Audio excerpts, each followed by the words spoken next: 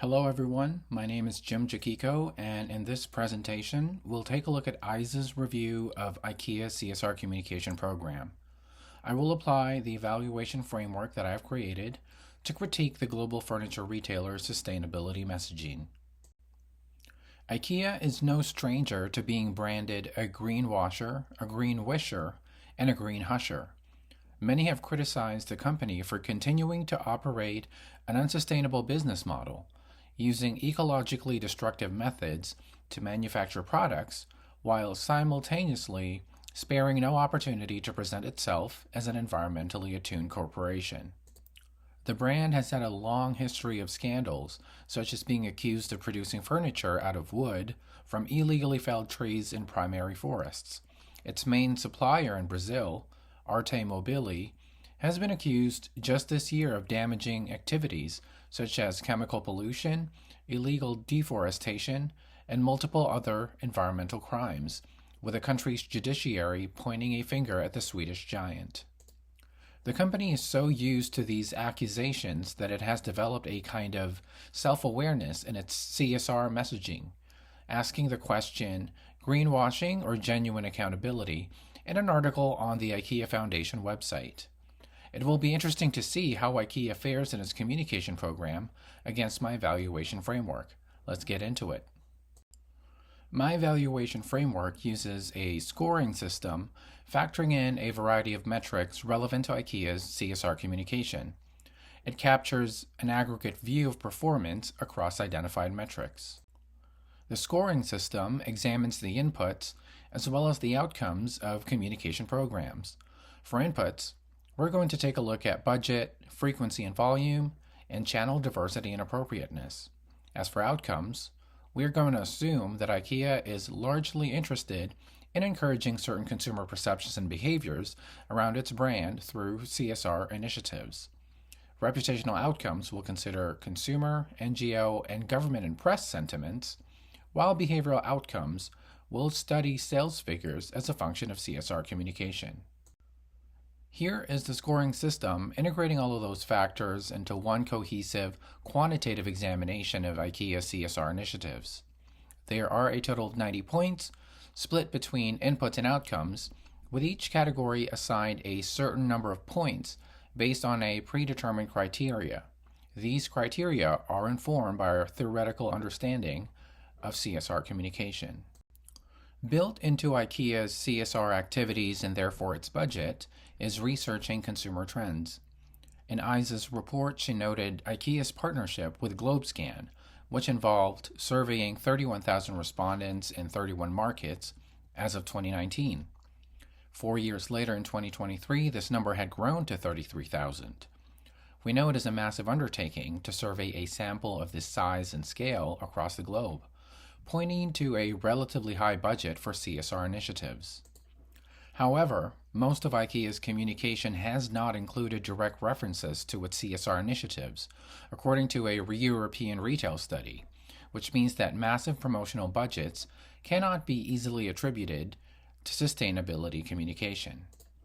Instead, the company focuses on building corporate citizenship into its corporate narrative by tying its business model with a romanticized notion of naturalistic Scandinavian culture. Due to these mixed factors, we will rate the budget category as optimal and well-aligned, largely due to the overall brand messaging standing in as effective proxy for more specific CSR communication. IKEA is involved in multiple message pathways to communicate its CSR image, tackling subject areas like healthy living, climate-positive programs, and social justice. These are broad issues with a plethora of messaging possibilities. Channel-wise, it executes CSR messaging through industry-accepted reporting standards with particular attention to benchmarking. These reports are then translated for consumers in terms of message simplicity. Data from a 2023 case study of IKEA by Delaney Harness add more context to these areas. The research analyzed 23 CSR reports over 3,000 pages, 300 social media posts, 84 news articles, 100 press releases, 21 video ads, and 64 YouTube videos totaling 20 hours of footage. On top of traditional and digital platforms, its channels include critical partnerships with independent bodies such as the WEF, UNICEF, COP15, and 50L Home Coalition, representing a good degree of diversity. For channel appropriateness and diversity, we will rate it at moderate alignment and high diversity. As expected, sentiment is mixed. The press publishes both glorifying and vilifying stories about IKEA's CSR initiatives, as we have discussed earlier in this presentation. Government bodies have charged and fined IKEA-connected companies for environmental damage. NGOs, such as the Ethical Consumer, finds several ethical issues with IKEA, including age discrimination, anti-union behaviors, and other workers' rights challenges, and has thus rated it as not an ethical consumer Best Buy. Consumer sentiment is a little bit more difficult to gauge based on the data that's publicly available. One study revealed a range of attitudes and perceptions among consumers. While some value and prioritize ethical and socially responsible practices when choosing a brand, others prioritize factors such as price, quality, and convenience.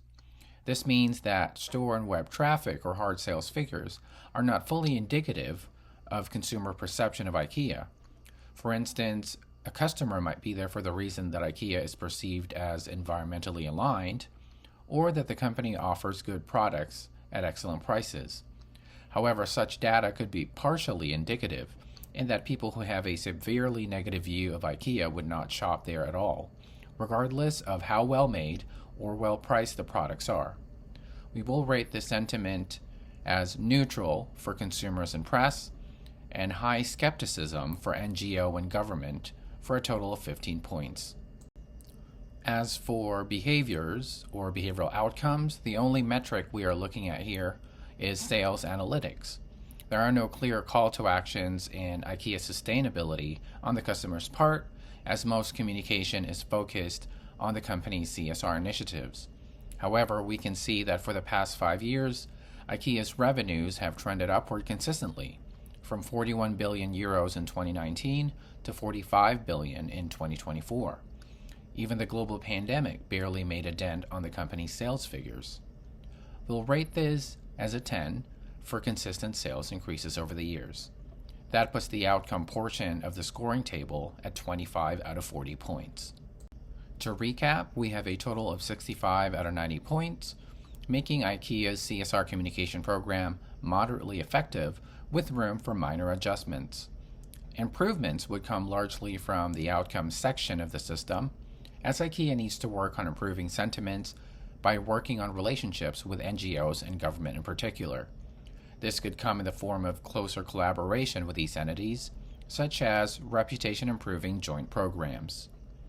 Again, I should reiterate that this scoring system for CSR communication evaluation will be most accurate and effective if used internally by the company, as they will have direct data and the resources to collect additional audience perception data, such as and including spending perceptions, channel appropriateness, and consumer sentiments regarding CSR authenticity.